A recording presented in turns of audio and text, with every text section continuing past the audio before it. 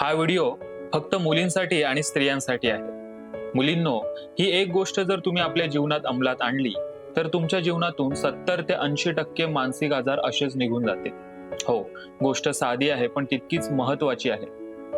तर मुलींच्या आणि स्त्रियांच्या जीवनात फक्त 3 पुरुष असतात.